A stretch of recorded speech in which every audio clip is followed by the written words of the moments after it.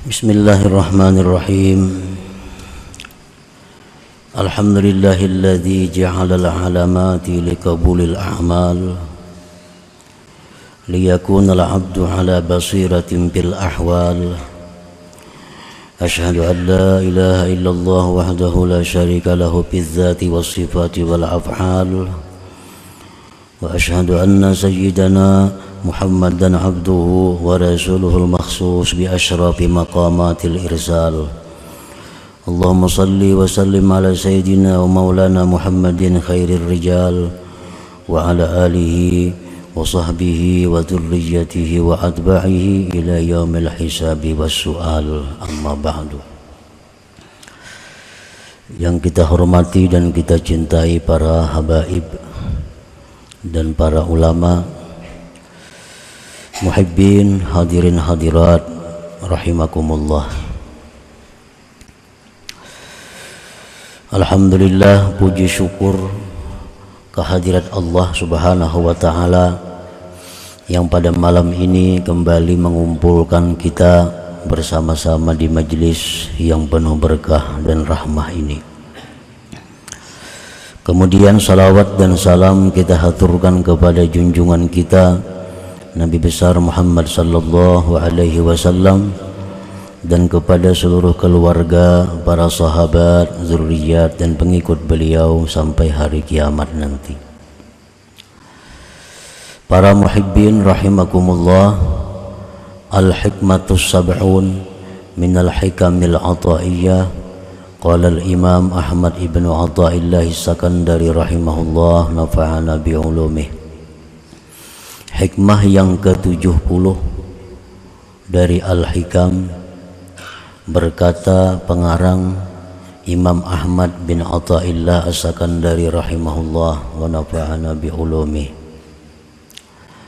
Man wajada samarata amalihi ajila fahuwa dalilun ala wujudil qabul ajila, yang artinya barang siapa yang mendapati buah amal ibadahnya di alam dunia ini, maka itu adalah petunjuk, maka itu adalah alamat atas adanya penerimaan Allah di akhirat kelak.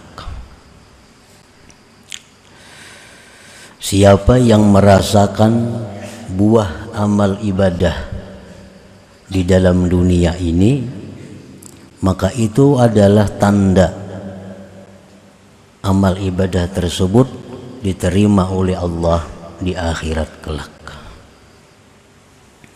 Itulah kurang lebih terjemah daripada hikmah yang ke-70 ini. Min samaratil amalil mardi al-maqbuli indallahi ta'ala wujdanul halawah fihi wan na'imi bihi. Setengah atau sebahagian buah amal ibadah yang diridai dan diterima di sisi Allah, adanya manis pada amal itu dan kenikmatan dengan amal itu.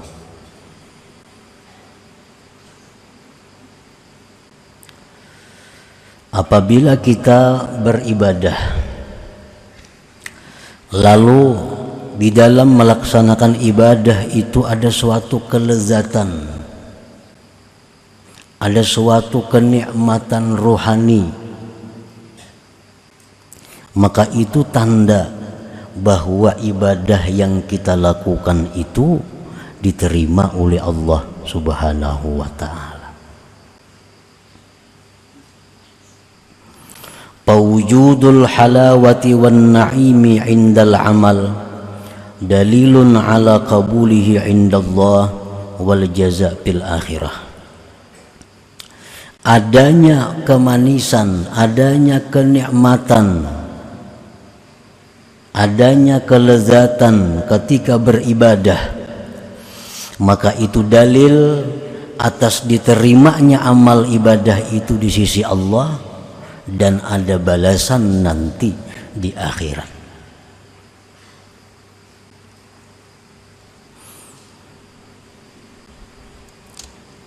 Wa dalilu wujudi hadhil halawati an-nashatu bin nuhudi ilaih wal mudawamatu alaih.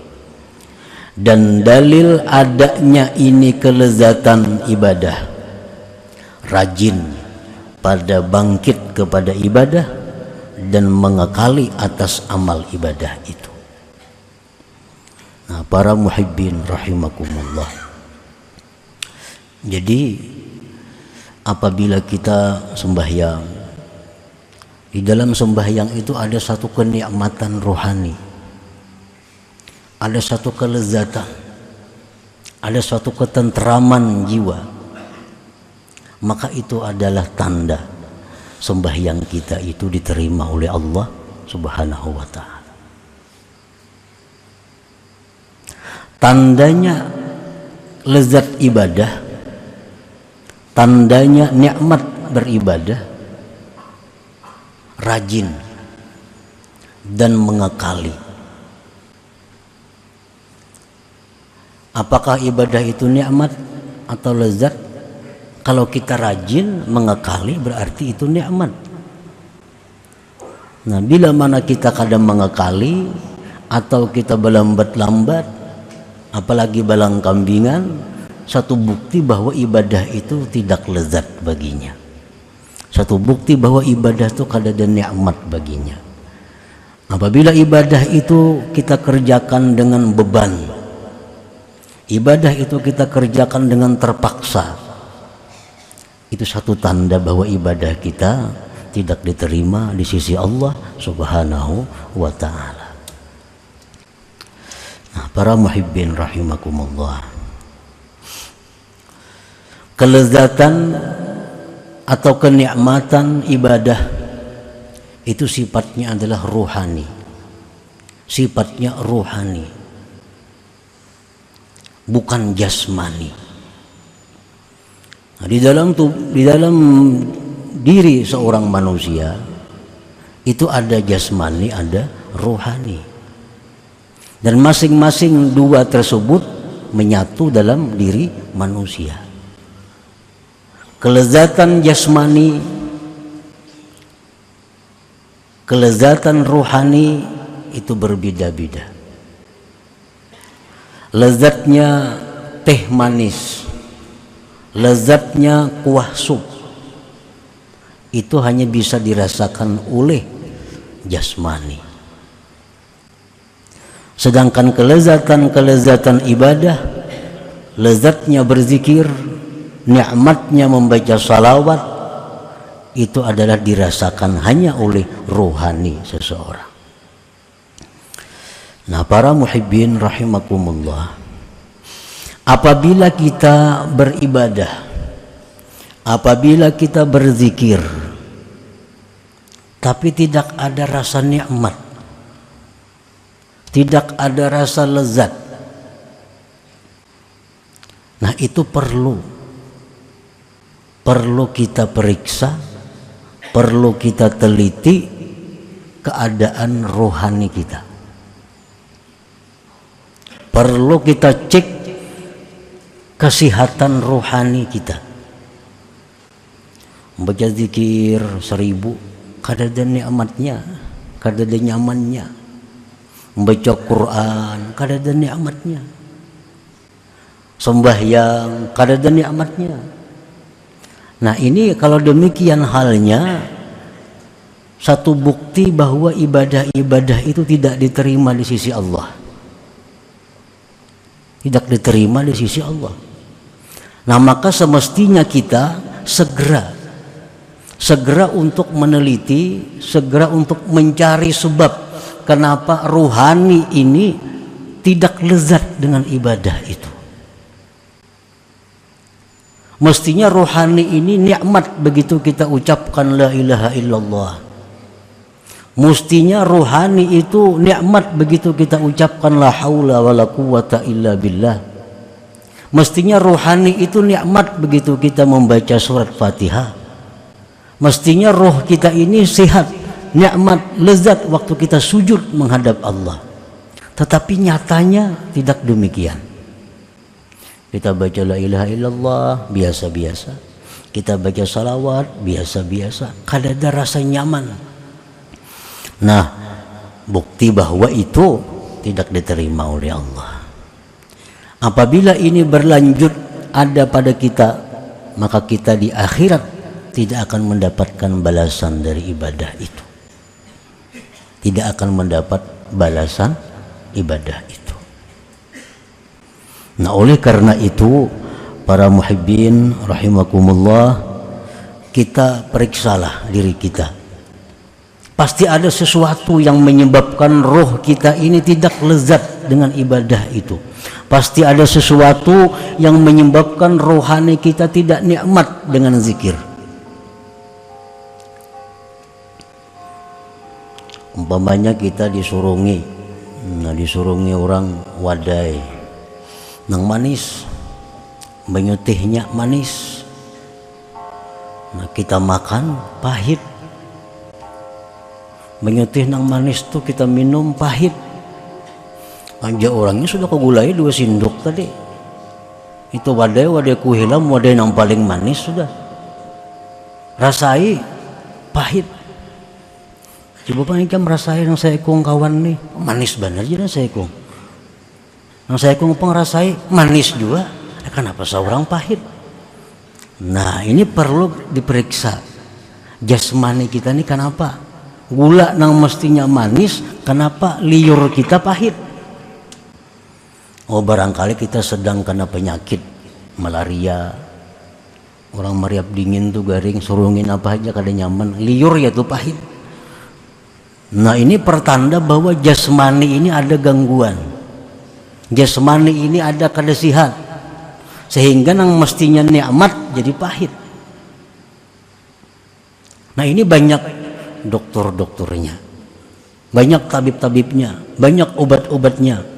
Anak dokter ini kayak apa cara mengobati supaya nang manis tuh manis, nang masin tuh masin. Nah, itu dokter akan segera mengobati. Akhirnya sehat, normal. Nah, makan wadai nyaman, tuh sigar sudah orangnya tuh. Minum banyu manis sudah nasigar orangnya. Semalam saraba pahit. Nah, berarti jasmani orang ini sakit. Nah, ruhani pun demikian. Beribadah mestinya nyaman, kenapa kada nyaman? Berzikir mestinya nikmat, kenapa kada nikmat? Berarti ruhani kita ini ada gangguan, ada penyakit. Nah, mesti itu kita cari. Mesti kita cari. Sujud dalam sembahyang itu puncak kenikmatan dalam ibadah. Karena waktu sujud itu keadaan kita sangat dekat kepada Allah Subhanahu wa taala. Mestinya sujud itu sangat nikmat. Tapi kenapa sujud itu kada nikmat? Kenapa sujud itu biasa-biasa aja? Nah, ini rohani kita masalahnya. Rohani kita berpenyakit. Rohani kita ini berpenyakit. Maka sudah 50 tahun lebih penyakitnya bertunggu. Membuanginya ngalih benar itu. Kenapa? Sudah kronis. Nah, sudah 40 tahun kada diobati. Ada yang 30 tahun dibiarkan. Sembayang aja, baca Quran juga, tapi kada ada nikmat.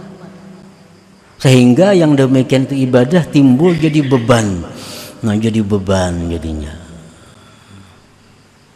Kayak orang nanggaring tuh. Dimakan aja, pahit. Kita bilang kada makan kita bakurus awak. Mau mati, tak paksa makan disuapi. Padahal sing tuhukan menghabiskan cuma takutan kalau mati kada makan, lalu jadi beban makan. Padahal mestinya nikmat. Maka itu juga orang-orang yang rohani sakit ini mestinya ibadah itu nikmat tapi jadi beban.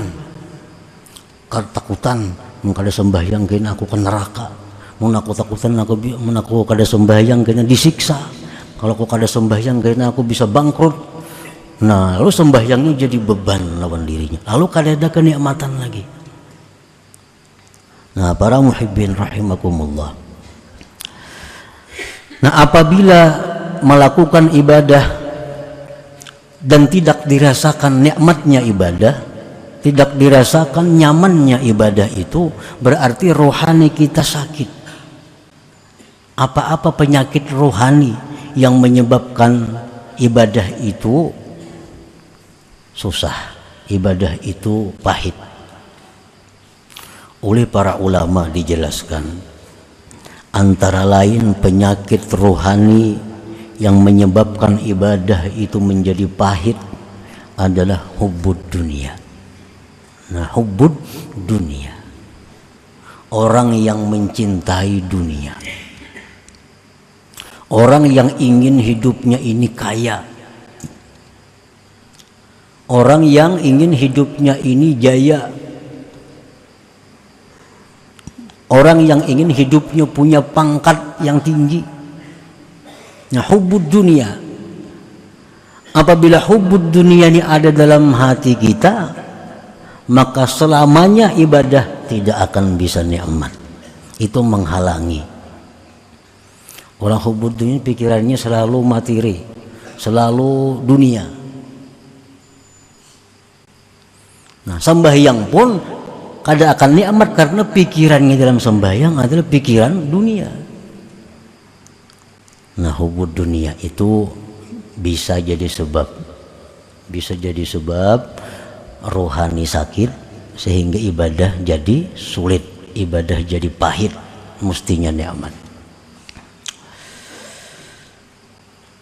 Bisa juga penyakit rohani itu yang menyebabkan pahitnya ibadah yang mestinya nikmat adalah al-kibru, kesombongan.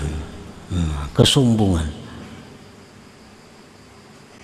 Orang-orang yang sombong itu ditegah Allah untuk merasakan nikmatnya ibadah.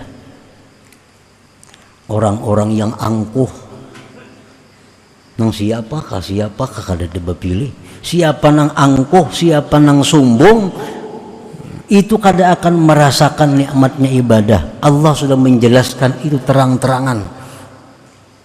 Allah palingkan ayat-ayat kami daripada orang-orang yang sombong itu.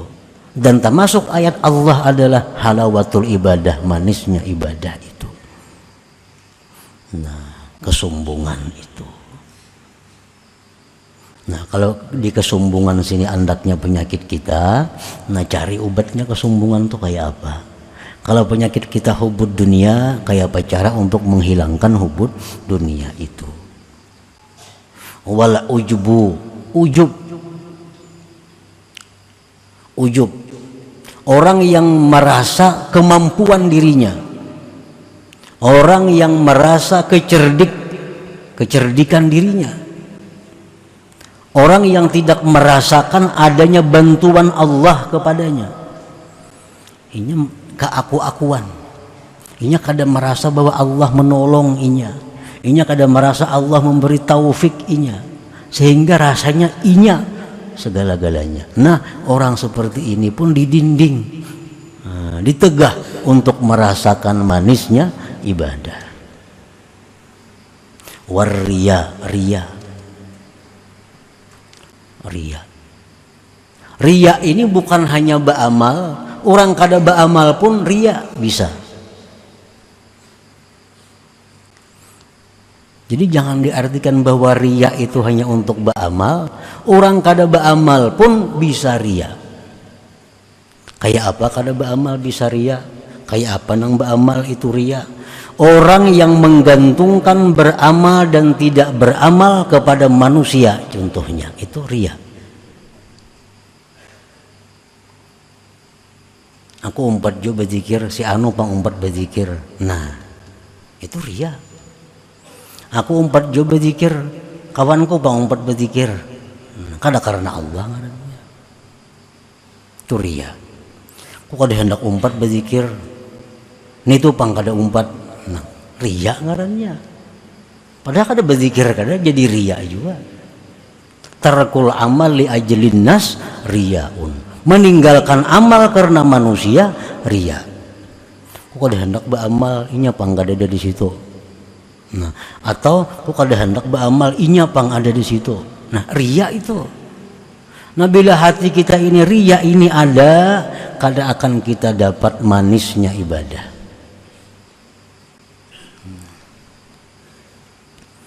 Wal hikdu, dendam. Di hati kita ini ada menyimpan kebencian kepada seorang hamba Allah, apalagi 2 orang, apalagi 3 orang. Dalam hati kita ada menyimpan kebencian kepada hamba Allah. Jelas orang ini kada akan dapat manisnya ibadah. Kenapa? Karena ruhaninya punya penyakit ini. Wa aklul haram, makan haram, sama juga. Nah, para muhibbin rahimakumullah. Jadi kalau kita hendak dapat manis ibadah dan hendak dapat nikmatnya ibadah supaya ibadah itu diterima oleh Allah, nah kita periksa ruhani kita. Adakah penyakit-penyakit tadi? Adakah hubud dunia? Oh, kok ada hubud dunia? Aku bercari gini gak ada. Tapi sombong. Sama aja juga. Orang masa salah semuaan. Orang kadang pintarnya semuaan. Inya aja saya komparasanya nang pintar, sombong ngarannya. Nah, itu penyebab pahit beribadah, malas beribadah.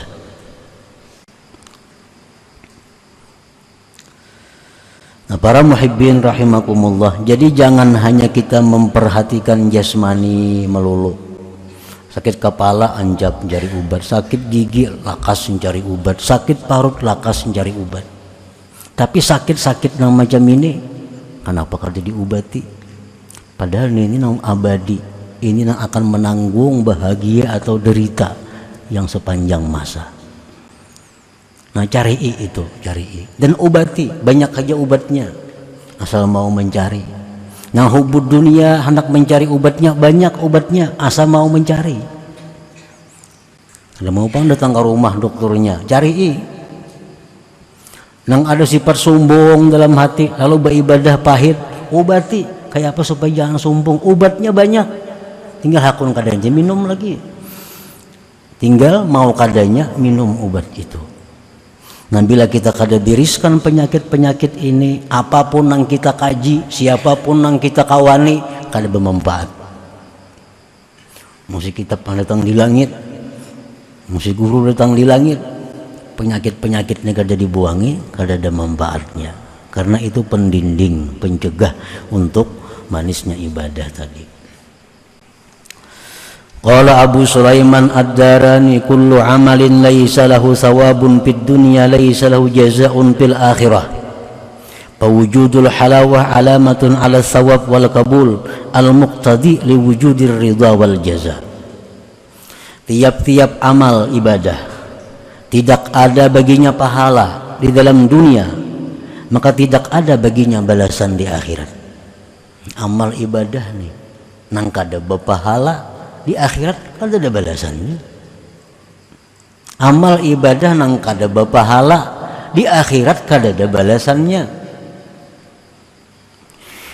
Maka adanya kenikmatan ibadah, adanya kelezatan ibadah itu tanda pahala, tanda diterima, yang menuntut bagi adanya ridha Allah dan balasan Allah di akhirat kaina.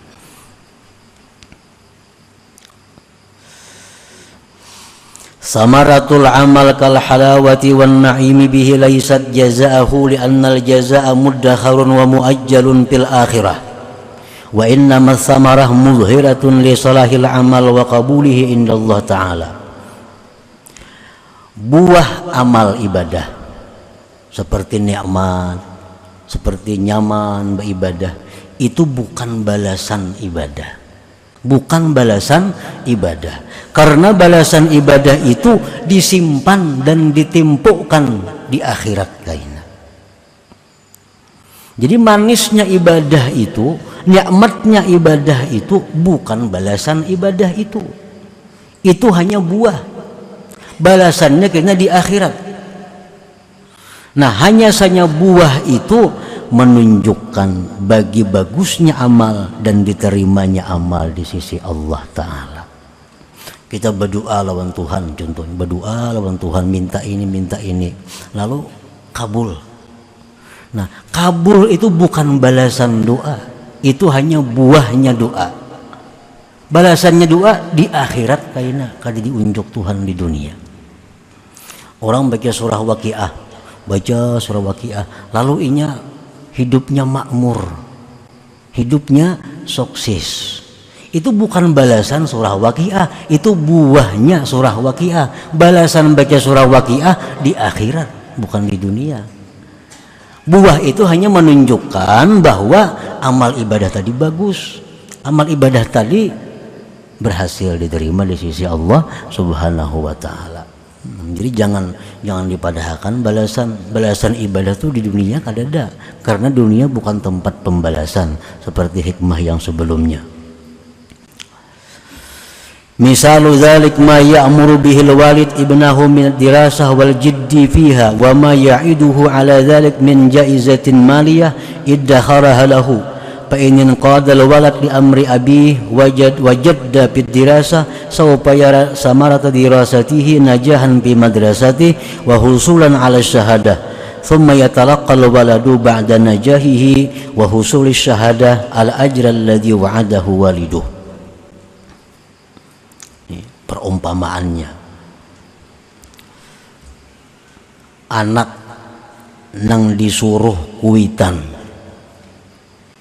belajar sungguh-sungguh, ikam nakai sekolah bujur-bujur, ikam sekolah rajin-rajin, kayaknya ikam bila ikam lulus sekolah ikam kutukarakan sepeda motor. Nah, itu contohnya. Bila ikam lulus sekolah, ikam kutukarakan sepeda motor. Nah, sepeda motor ini adalah balasan daripada lulusnya sekolah. Buahnya apa? Buahnya ini bersungguh-sungguh sekolah, kanak-kanak tadi. Buahnya ini berhimat menuntut ilmu. Buahnya kena lulus, dapat ijazah. Nah, itu buah. Dapat ijazah, lulus sekolah, itu buah bersungguh-sungguh. Sedangkan balasannya pang sepeda motor yang dijanjikan tadi. Cuma sepeda motor itu dijanjikan bila ada lulus sekolah, bila ada ijazah, nah hanya dapat sepeda motor. Nah, jadi balasan itu sepeda motor, ijazah pang itu buah daripada bersungguh-sungguh. Bukan ijazah itu pembalasan sekolah, kada. Nah, itu perbandingannya. Apabila Allah menyuruh kita beribadah, itu ada buahnya dalam dunia ini. Dan buah itu bukan balasan. Balasan kayaknya di akhirat, karena dunia bukan tempat pembalasan. Nah, para muhibbin rahimakumullah. Jadi kita beramal, baca salawat, nah, dengan nikmat, baca zikir dengan nyaman, lalu hidup kita jadi makmur. Nah, hidup kita jadi murah, rezeki luas, berkah. Itu buahnya. Karena buah ibadah itu manis, lezat. Buahnya ibadah itu hidup makmur. Buahnya ibadah itu hati tenang. Itu buah-buah ibadah yang menunjukkan bahwa ibadah kita bagus, diterima di sisi Allah. Nah, jadi itu jangan dianggap balasan. Balasan murni Allah akan berikan hanya di negeri akhirat. Fa idza wajada halawatal amal la yanbaghi ay yaqsida bi amali husulaha fa inna dzalik mimma yaqdahu fil ikhlas wa liyakun i'tina'uhu biha liyakuna mizanan li amalihi. Apabila dia beribadah ada manis, nah, ada nikmat beribadah, maka tidaklah patut dia menghendaki manisnya itu. Manis itu jangan diulah untingan, manis itu jangan diulah tujuan. Karena itu mencederai bagi keikhlasan kita beribadah kepada Allah. Aku hati asa gelisah lah, anak bertenang-tenang lu supaya tenang baca Quran. Nah jangan itu mengganggu keikhlasan kita. Jadi manis ibadah itu bukan tujuan. Cuma manis ibadah itu hanya sebagai timbangan bagi baik buruknya amal kita. Nikmat ibadah itu bukan tujuan. Nikmat dan manisnya ibadah itu hanya timbangan ibadah kita buruk atau kada. Itu aja. Jadi kita beribadah jangan mencari manis, jangan mencari lezat. Yang kita cari beribadah adalah Allah tujuan kita. Nah, manisnya itu bang itu hanya ukuran. Bila manis, oh berarti amalku baik diterima Allah. Bila kada berarti kada diterima oleh Allah. Jangan beribadah mencari manis. Yang kita cari, kita tuju adalah Allah. Agar ikhlas kita kada terganggu, kada cedera dengan yang lain selain Allah Subhanahu wa ta'ala. Nah kemudian hikmah yang ke-71 pula. Ila hadratin Nabi sallallahu alaihi wasallam al-Fatihah. A'udzubillahi minasyaitonir rajim. Ar-Rahmanir-Rahim. Maliki yaumiddin. Iyyaka na'budu wa iyyaka nasta'in. Ihdinas mustaqim. Shiratal ladzina an'amta 'alaihim. Ya Allah biha, ya Allah biha, ya Allah bi husnil khatimah. Ya Allah biha, ya Allah biha, Allah bi husnil khatimah. Ya Allah biha, ya Allah biha, Allah bi husnil khatimah. ويا أيها الرجل منه شفاعة صلوا عليه وسلموا تسليما اللهم صل وسلم وبارك عليه